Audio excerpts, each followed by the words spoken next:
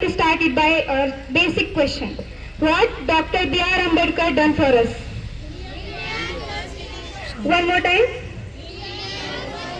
Correct. He is known as the father of Indian Constitution.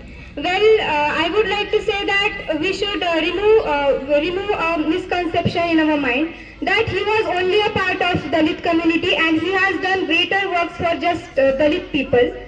So we should escape from such mindset. We should shift our mindset towards positive ones. First of all, I would like to make it clear that I am not a supporter of any ideology nor any belief. I am not a Gandhian nor Marxist nor an Ambedkarite. Ambedkar on the day he passes away. Means on the date 6th of December. Mother, respected Bhima Bai, explained him that my son, you are going first time to school and do not quarrel, do not fight, and especially don't leave it in rebellion. So he understood that and he started going to school. An arrangement was made and he started going to school.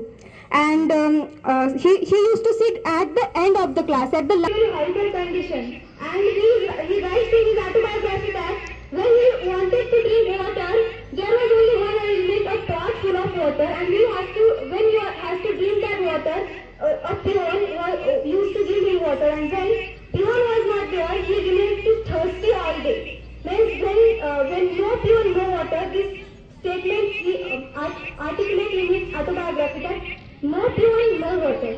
In its autobiography that it was the turning point of his life. I truly believe that great teachers are those who can change their students' life in a positive one.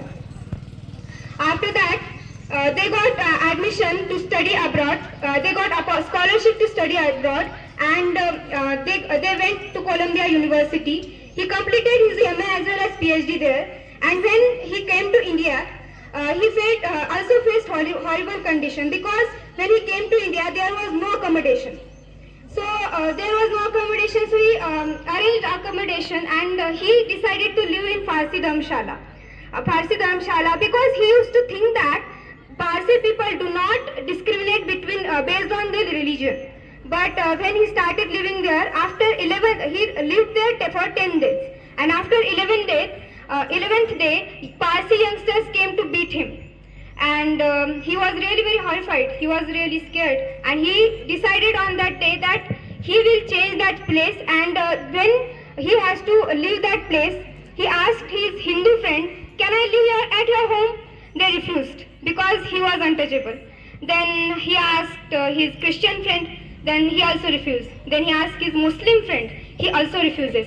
So then he writes in his autobiography that people who are untouchable for Muslims, for Hindu, they are also untouchable for Muslim, they are also untouchable for Farsi, they are also untouchables for Christians.